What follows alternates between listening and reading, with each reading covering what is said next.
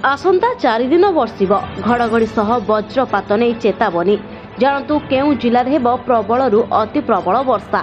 बंगोपसागर में सृष्टि होइथिबा घूर्णिबलय उत्तर पश्चिम और संलग्न पश्चिम केन्द्रीय अंचल में अवस्थित रही प्रभाव में सारा ओडिशा रे वर्षा लगी रही।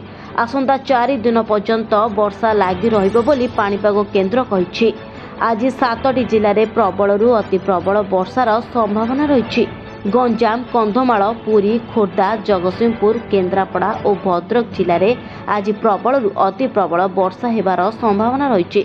सेहीपरि बालेश्वर, केउंझर, मयूरभंज, जाजपुर, कटक, झारसुगुड़ा, संबलपुर, बरगढ़ और सुंदरगढ़ में प्रबल वर्षा होइपारे। आज 30 तारीख मध्य उपकूल ओडिशार समस्त जिला समेत संलग्न जिला गुड़िकरे कालबैशाखी प्रभाव लगी रहिबो। बिजुली घड़घड़ी सह वर्षा हेबा सह किछि जगार घंटा प्रति 30 ରୁ 40 किमी बेगरे पवन बोहिपारे।